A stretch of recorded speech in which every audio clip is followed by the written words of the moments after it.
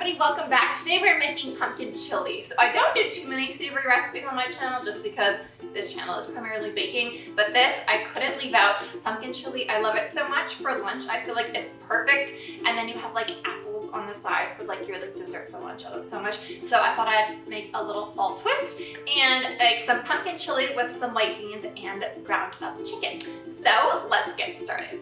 Okay, so first I want to place some olive oil, some chopped onion, celery, and carrot into a large pot and set it to medium heat. Cook until the onions become translucent, and I'll have all the ingredients listed in the description box below. Add some garlic and ground chicken and cook until the chicken is browned on the surface. Then add some white beans, crushed tomatoes, canned pumpkin, chili powder, pumpkin pie spice, and red pepper flakes, and mix well. And you'll see that I was changing pots midway through. I was trying to have everything fit in the cute pumpkin pot, but I made too much chili. So unfortunately, my little fall aesthetic could not continue on, but the soup tastes really good, or the chili tastes really good, I promise. Then cook until the chicken is cooked through and the chili is bubbling.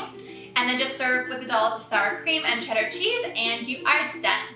So thank you so much for watching. I hope that you like this recipe. I also have a plain chicken chili recipe that doesn't have any pumpkin in it and uses red kidney beans instead of white. So if you're interested in checking that out, I'll have it linked in the cards right here. But yeah, thank you so much for watching, and I will see you tomorrow with an all new video. Bye.